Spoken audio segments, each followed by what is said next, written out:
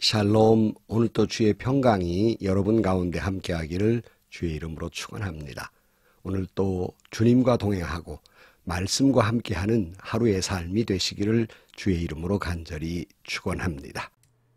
오늘 아침 하나님께서 우리에게 허락해 주신 말씀은 출애굽기 4장 18절에서 23절 말씀입니다. 모세가 그 장인 이드로에게 돌아가서 이렇게 말하였다. 저는 이제 떠나야겠습니다. 이집트에 있는 친족들에게로 돌아가서 그들이 아직도 살아있는지를 알아보아야겠습니다. 이드로는 모세에게 편안히 가라고 하면서 작별하였다. 주님께서 미디안에서 모세에게 말씀하셨다. 이집트로 돌아가거라. 너의 목숨을 노리던 사람들이 모두 죽었다. 그래서 모세는 아내와 아이들을 나귀 등에 태우고 이집트 땅으로 돌아갔다. 그때 모세는 손에 하나님의 지팡이를 들고 있었다. 주님께서 모세에게 말씀하셨다. 내가 너에게 이적을 행할 능력을 주었으니 너는 이집트로 돌아가거든 바로의 앞에서 그 모든 이적을 나타내 보여라. 그러나 나는 그가 고집을 부리게 하여 내 백성을 놓아 보내지 않게 하겠다. 너는 바로에게 말하여라. 나 주가 이렇게 말한다. 이스라엘은 나의 맏아들이다.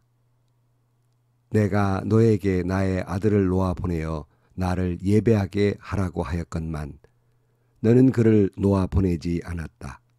그러므로 이제 내가 너의 맏아들을 죽게 하겠다. 아멘. 모세는 하나님의 말씀을 듣고도 하나님의 기적을 보았음에도 불구하고 이스라엘 백성들을 이집트에서 탈출시키는 데에 그 명령에 머뭇거리고 있습니다. 그럼에도 불구하고 확신은 없었지만 하나님의 말씀이니 아마 순종해 보기로 작정한 것 같습니다. 오늘 18절 말씀에 보면 모세가 그의 장인 이드로에게 돌아가서 이렇게 말하였다. 저는 이제 떠나야겠습니다. 이집트에 있는 친족들에게로 돌아가서 그들이 아직도 살아있는지를 알아보아야 하겠습니다. 이드로는 모세에게 평안히 가라고 하면서 작별을 하였다. 이렇게 말씀하고 있습니다. 모세가 장인 이드로에게 가서 이집트의 친족들이 죽었는지 살았는지 알아보고 싶습니다 하는 것이에요. 이 모세의 말투로 보아서 모세는 하나님의 말씀과 기적을 보았음에도 불구하고 아직도 이것에 대해 확신하지 못하고 있는 것입니다. 만약에 모세가 분명히 이것은 하나님의 명령이고 순종해야 된다고 확신했다면 아마 그 장인에게 하나님과 사이에 되어진 그 대화나 기적의 이야기나 이런 걸 다 이야기했을 것입니다. 하지만 모세는 지금 긴가민가 이런 상태에 있었던 것 같습니다. 그러니 다 말 못하고 우선 친족들을 생사나 확인해 보겠다고 그리고 이집트에 가보기로 한 것입니다. 여기서 다시 말씀드립니다. 우리는 보통 하나님의 말씀을 다 내가 이해돼야 순종하려는 그런 습관을 가지고 있습니다. 그러나 그렇게 되면 순종하지 못하는 사람이 되고 마는 것입니다. 늘 말씀드리지만 하나님의 말씀은 이해되어 순종하는 것이 아니라 순종해야 이해가 되는 것입니다. 순종하고서야 그 말씀의 의미가 무엇인지 하나님은 나에게 왜 그렇게 하라고 하셨는지 그 순종의 가치와 결과가 무엇인지 순종해 보고서야 알 수 있다는 것입니다. 만약 여러분들이 하나님을 다 이해하고 싶다고 여러분 우리는 하나님을 다 이해할 수 없습니다.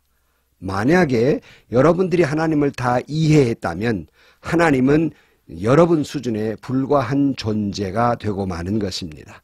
예컨대 이런 거 아니에요?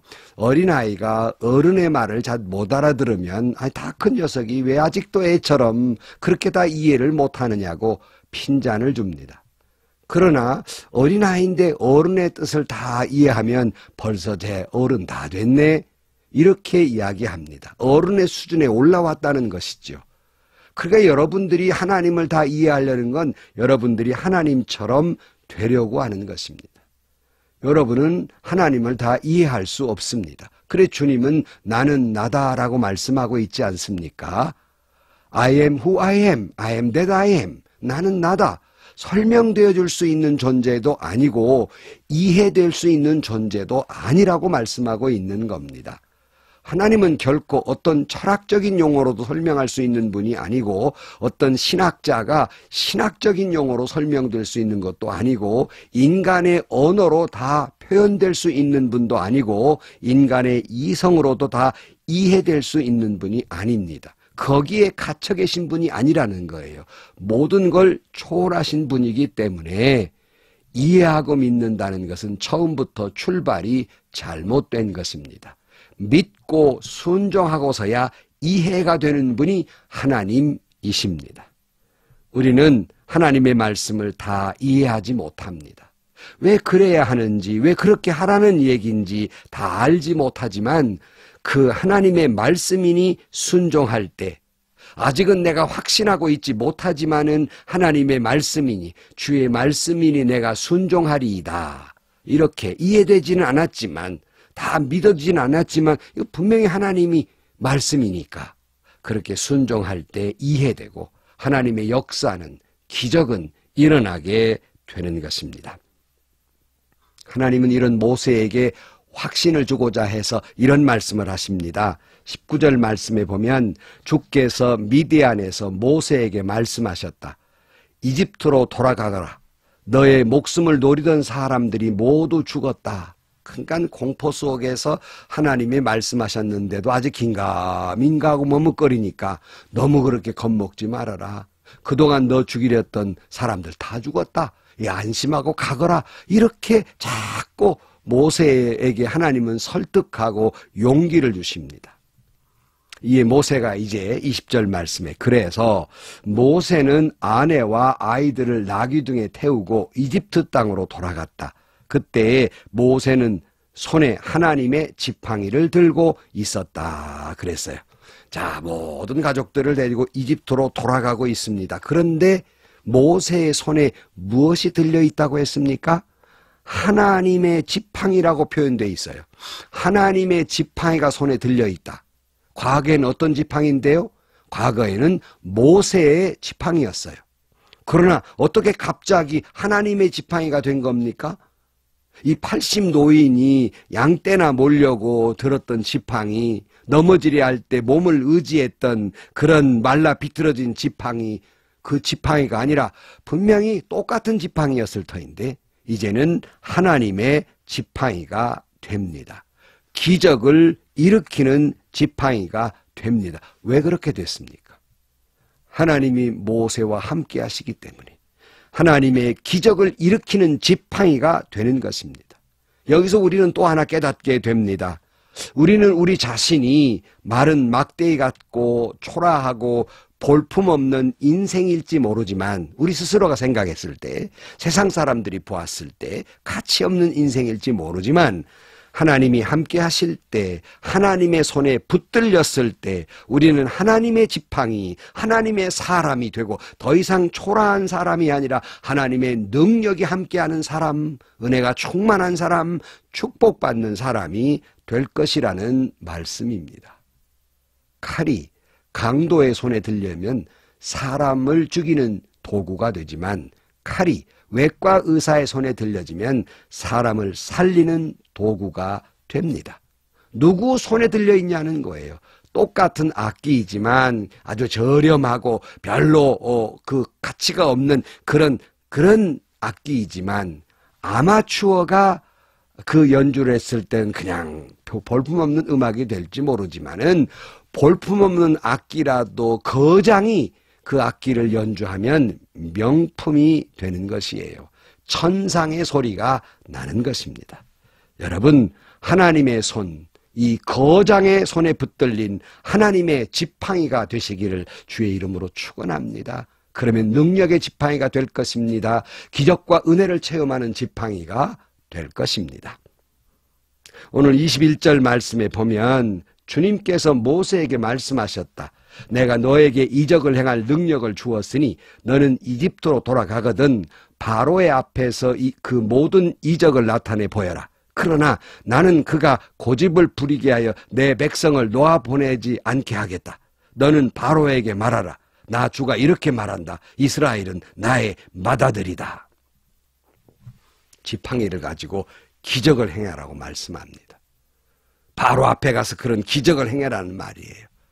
아마 포나마나 이 바로가 말 안 들을 것이다. 그럴 때 이렇게 전해라. 나 여호와가 말한다. 이스라엘은 나의 맏아들이라고 말해라. 이렇게 말씀하고 있습니다. 여기에는 우리가 바로에게 전하란 말이기도 하지만 모세나 이스라엘 백성에게 주시는 말씀이에요. 너희는 나의 맏아들이다 하는 뜻이에요. 그러니 여러분, 당시에 이스라엘은 이집트 종살이하고 있는 노예들입니다. 정말로 볼품없는 초라한 민족이에요. 그런데 하나님은 그들에게 너는 나의 맏아들이라고 말씀하듯이 오늘 우리도 때로는 자신을 생각했을 때에도 앞에 말씀드린 대로 볼품없고 초라해 보일지 모르지만 하나님은 저에게, 하나님은 여러분에게 말씀합니다. 너는 나의 아들이다. 너는 나의 딸이다. 너는 나의 맏아들이라고 말씀하고 있습니다.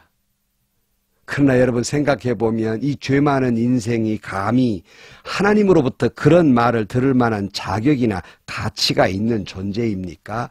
이럴 때 우리는 늘 말하죠. 하나님, 저 그런 말 들을 만한 자격이 없습니다. 이렇게 말할 수밖에 없지요.